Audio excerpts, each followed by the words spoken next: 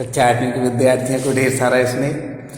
बेटा स्नेह सही इस रूप में तब जब हम आपको सुखी बना सकें, निश्चिंत बना सकें, परीक्षा की तैयारी इस स्वरूप में करा सकें कि आप परीक्षा में भी आनंद का अनुभव करें। ये कब होगा? जब हमारी तैयारी बहुत अच्छी होगी। हमारी बेटा बचपन से आदत है, जो सफल लोग होते हैं, चाहे संत हों, चाहे भगवंत हों, भगवंत तो सफल हैं ही, चाहे बहुत बड़े अच्छे स्तर के गांधी जी जैसे या शास्त्री जैसे मतलब नेता हों, या बहुत बड़े IPS IAS, मतलब जो भी, वो सफल इसलिए कि जो भी तैयारी बहुत अच्छी करते हैं, तो समस्याओं का हल अच्छे से निकाल लेते हैं। अभी समस्या अपने सामने क्या है? सिलेबस में पाठ कौन सा? 30 निबंध लेखन। ये समस्या नहीं है बेटा, ये आपके सामने विषय है और उसकी तैयारी हमें ठीक होना चाहिए। आप देखना कि जितनी भी बड़ी पोस्ट होती है उसमें निबंधात्मक प्रश्न होते हैं। आप जैसे 9th में आएंगे, धीरे धीरे लिखने में आपकी पूरी योग्यता झलकती है, निबंध में अधिक लिखना पड़ता है। तो निबंध में किन किन चीज़ों का ध्यान रखना चाहिए, ये बात हम आपके लिए आज स्पष्ट करेंगे। देखें बेटा, निबंध लेखन पाठ 30 में निबंध का शाब्दिक अर्थ है भली भांति बंधी हुई रचना। ध्यान से सुन रहे बेटा। निबंध गद्य रचना का एक उत्कृष्ट रूप होता है। निबंध में लेखक किसी विषय पर सुव्यवस्थित देखो, हमने बड़े बड़े नेताओं के नाम दिए आपके लिए, शास्त्री जी या गांधी जी या कलाम साहब या IPS, ये सब बड़े लोग होते हैं, बड़े लोग होते सुव्यवस्थित होते हैं। ऐसे ही लेखन कला सुव्यवस्थित हो तो निबंध अच्छा माना जाता है। निबंध में आपने देखा सबसे ज़्यादा अच्छे अंक होते हैं उसमें, ठीक है ना। जो जितना व्यवस्थित होगा उतना परेशान होगा, जितना व्यवस्थित हो जाए सुखी होगा। जैसे आपकी मम्मी पापा बहुत व्यवस्थित हैं तो इतने अच्छे स्कूल में पढ़ा रहे कि नहीं पढ़ा रहे? अच्छे स्कूल में पढ़ाना तो अब उतने अच्छा आपका निबंध होना चाहिए। तो निबंध में पहला गुण क्या होना चाहिए? सुव्यवस्थित, क्रमबद्ध क्या कहलाता बेटा? बिल्कुल नियम होना चाहिए। 1 2 3 4 5 जैसे कोई चीज़ होती, सीढ़ी होती ना, पहली सीढ़ी से आखिरी सीढ़ी पर नहीं आती। ऐसे जो बात पूछी जा रही है उसको क्रम से आना, उसकी पहले जानकारी देना, उसकी जानकारी के साथ फिर हमारे लिए उस विषय पर जो नॉलेज है, ज्ञान है, वह देना। उसके बाद वर्तमान उपयोगिता क्या है और उसका सार क्या है। एक क्रम होता है बेटा। सुंदर तथा प्रभावशाली ढंग से होना चाहिए, अट्रैक्टिव होना चाहिए, मतलब ऐसा होना चाहिए कि लोग उसको समझें, पढ़ें, ठीक है ना। अपने विचारों को प्रकट करना चाहिए। विचार मतलब अपने खुद के थॉट भी उसमें होना चाहिए। निबंध लेखन भी एक कला है, कला भी हो, सारी जीवन भी एक कला है बेटा, और निबंध लेखन भी एक कला है। जो जितना अच्छा, ऐसा कहते हैं कि राइटिंग से, लेखन से व्यक्ति के व्यक्तित्व का आभास होता है। तो आपका व्यक्तित्व इतना अच्छा हो कि आपका निबंध अच्छा हो, आपका निबंध अच्छा हो तो व्यक्तित्व अच्छा होगा। अच्छे निबंध में सरलता होना चाहिए, कठिन शब्द प्रयोग नहीं करना चाहिए, ऐसे कि डिक्शनरी लेकर के आपको तलाशना पड़े या जिन शब्दों का वहाँ समावेश नहीं होना चाहिए और आप कर दें। तो सरलता होना चाहिए, सरसता होना चाहिए, स्पष्टता होना चाहिए, कल्पना के साथ साथ मौलिकता होनी। मौलिकता मतलब प्रैक्टिकली होना चाहिए। ऐसा नहीं हो कि उसमें कुछ कल्पनाओं की बातें हो। निबंध में कल्पनाएं नहीं चलती। कविता में तो कल्पना चला देते हैं लोग, लेकिन निबंध में नहीं चलती। निबंध लिखते समय किन किन बातों का ध्यान रखना? निबंध की भाषा सरल स्पष्ट होनी चाहिए। पहला नियम क्या हो गया बेटा? निबंध की भाषा सरल स्पष्ट होना चाहिए। दूसरा नियम क्या हो गया? शब्द सीमा को ध्यान में रखकर निबंध लिखना चाहिए। कई बार क्या होता है, इतना बड़ा निबंध हो जाता है कि लोग पढ़ते नहीं है, या इतना छोटा हो जाता है कि उसको सब औपचारिकता कर दी जाती है। बल्कि वास्तव में जैसे अपन भोजन करते ना ज़्यादा, ना अधिक, ना कम, हमारे स्वास्थ्य के लिए जितना जरूरी है वह, ऐसे ही जितना उसमें पूछा गया है निबंध भी उतना ही होना चाहिए। निबंध के वाक्य तथा अनुच्छेद एक दूसरे से संबंध होना चाहिए। ऐसा नहीं होना चाहिए कि एक वाक्य कहीं का हो रहा है, दूसरा वाक्य कहीं का हो रहा है। जैसे आपने भारतीय त्योहार या राष्ट्रीय त्योहार कहा। राष्ट्रीय त्योहार में ऐसा नहीं होना चाहिए कि आप शुरुआत कर रहे हैं राष्ट्रीय त्योहार में 15 अगस्त हमारे देश में स्वतंत्रता दिवस के रूप में मनाया जाता है, और यह अब नहीं मनाया जाता है या अब औपचारिक रूप में मनाया जाता है। लो, पहली बात आपने बहुत अच्छी कर दी और दूसरी बिल्कुल आखिरी कर दी, सार की नहीं। उसका पूरा डिटेल आना चाहिए, क्रम आना चाहिए। कैसे आना चाहिए? उसके अनुच्छेद क्या एक दूसरे से संबंध होना चाहिए। पहला संबंध क्या हो रहा है? 15 अगस्त हमारे देश में स्वतंत्रता दिवस के रूप में मनाया जाता है, या 15 अगस्त को हमारा देश स्वतंत्र हुआ था। सन 1947 का सन था, उस समय हमारे देश को आज़ादी मिली थी, इसलिए स्वतंत्रता दिवस के रूप में मनाया जाता है। हमारे देश को आज़ाद दिलाने में या स्वतंत्रता दिलाने में बहुत सारे लोगों ने अपना योगदान दिया। ये सारी बातें क्रम में हैं, क्योंकि एक के बाद दूसरी संबंध, यानी अनुच्छेद मतलब पैराग्राफ एक से दूसरे से संबंध होना चाहिए। आया समझ में? निबंध लिखने के लिए विषय का अच्छा ज्ञान होना चाहिए। जिस विषय पे भी आप निबंध लिख रहे हैं वह अच्छा, जैसे आप लोग देखते ना कि जैसे कोई गाड़ी, 3 गाड़ी रखी हुई हैं, आप तो अभी 8th क्लास में तो नहीं चलाते होंगे, लेकिन पापा के लिए कोई कहे 4 व्हीलर है तो ये 3 गाड़ी हैं, इनमें से आप कौन सी ड्राइव कर लोगे? जो आप पापा चलाते रहते होंगे उसको ही चलाएंगे। क्यों चलाएंगे? क्योंकि उसका नॉलेज है, गेयर कैसी व्यवस्था है, सब चीजें। और बिल्कुल न्यू गाड़ी आया, उसका कोई नॉलेज नहीं हो, वो चलाने लगे तो दुर्घटना की संभावना है।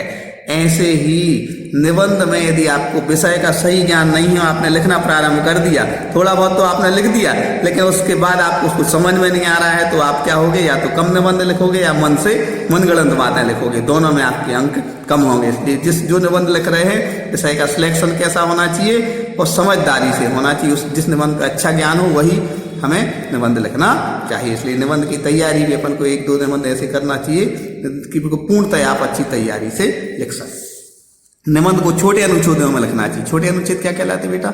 बहुत बड़े बड़े पैराग्राफ नहीं होना चाहिए कि समझने के लिए बहुत मतलब बुद्धि लगाना पड़े, बल्कि एक बात को छोटे वाक्य में हो जाए, जैसे भारत भूमि पर समय समय पर अनेक विद्वानों तथा महापुरुषों ने जन्म लिया है। देखो एक छोटा वाक्य समझ में आ रहा है, अब इसको और दुरू कर देते तो बुरा, मतलब समझ में नहीं आता और अच्छे लोग पढ़ भी नहीं पाते। तो छोटे वाक्य होना चाहिए, छोटे छोटे अनुच्छेद होना चाहिए। अनुच्छेद क्या कहलाते हैं? वाक्यों से मिलकर के एक पूरी बात 3, 4, 5 वाक्य, 8-10 वाक्य भी हो सकते हैं, लेकिन अनुच्छेद 3-4 वाक्यों में पूर्ण हो जाता है। ठीक है ना? वर्तनी तथा विराम चिन्हों का विशेष ध्यान देना चाहिए। वर्तनी क्या कहलाती है? स्पेलिंग मिस्टेक ना हो, अपनी लेखन कला जो वो है वह कैसी होना चाहिए? शुद्ध लेखन में होना चाहिए। विराम चिन्ह क्या कहलाते हैं? पूर्ण विराम, अल्प विराम, अर्ध विराम, इनका यथास्थान यदि हम प्रयोग नहीं करते हैं तो क्या होता है? अर्थ समझ में नहीं आता। जैसे ब्रेकर नहीं हो और गाड़ी चलाता जाए व्यक्ति, तो ब्रेकर के अभाव में एक्सीडेंट की संभावना रहती। यदि विराम चिन्ह सही नहीं लगाए गए या नहीं लगाए गए हैं तो उससे क्या होता है? अर्थ का अनर्थ हो जाता है या लोगों को समझ में नहीं आता। इस तरह नियमों का पालन करना चाहिए। अब कुछ निबंधों के उदाहरण हैं। स्वामी दयानंद क्या कहना चाहते इस निबंध के बारे में? जितने नियम बताए गए उन सब का पालन इसमें देखा। भाषा सरल स्पष्ट है।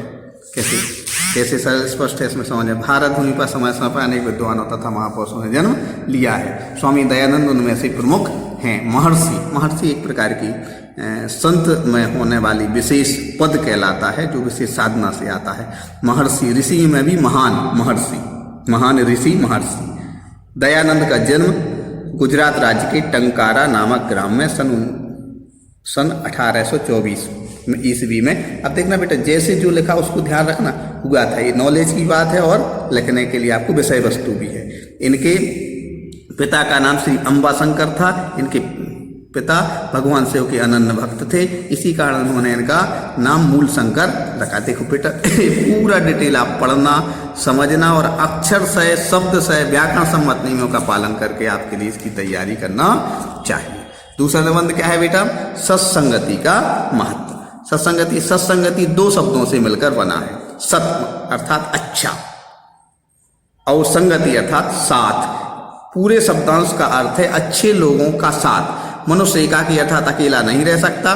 प्राचीन काल से आज तक वह समूह या समुदाय में रहता आया है। इसी कारण अनेक कार्यों में उसे दूसरे लोगों की सहायता आवश्यकता होती है और यहीं से संगति का महत्व उजागर होता है। अच्छे लोगों के साथ बनाए गए संबंध हमें सफलता की ओर अग्रसर करते हैं, जबकि बुरे लोगों के साथ हमें पतन की ओर ले जाते हैं। कहा भी गया है, यदि सत्संगतिर्तो भविष्यसि अथ दुर्जन संगतौ पतिष्यसि। मतलब बुरी संगति पतन की ओर ले जाती है, अच्छी संगति ऊंचाई पर ले जाती है। जब 2 लोग आपस में मिलते हैं तो दोनों का एक दूसरे से की आदतों का तथा बातों का प्रभाव पड़ना स्वाभाविक है। देखने में आया है कि हमें अच्छी आदतें ग्रहण करने में समय लगता है, परंतु बुरी आदतें शीघ्र ही अपना प्रभाव दिखाने लगती हैं। अतः संगति के प्रभाव में कोई नहीं बच सकता। विद्यार्थी जीवन हमारे जीवन का सबसे महत्वपूर्ण समय होता है। इसी समय बालक के अंदर चारित्रिक तथा मानसिक विकास प्रारंभ होते हैं। ऐसे समय में संगति का प्रभाव सबसे अधिक पड़ता है, क्योंकि इस आयु में बालक को अच्छे बुरे की पहचान नहीं होती, वह संस्कार तथा नैतिक मूल्यों जैसे गुणों से परिचित नहीं होता है।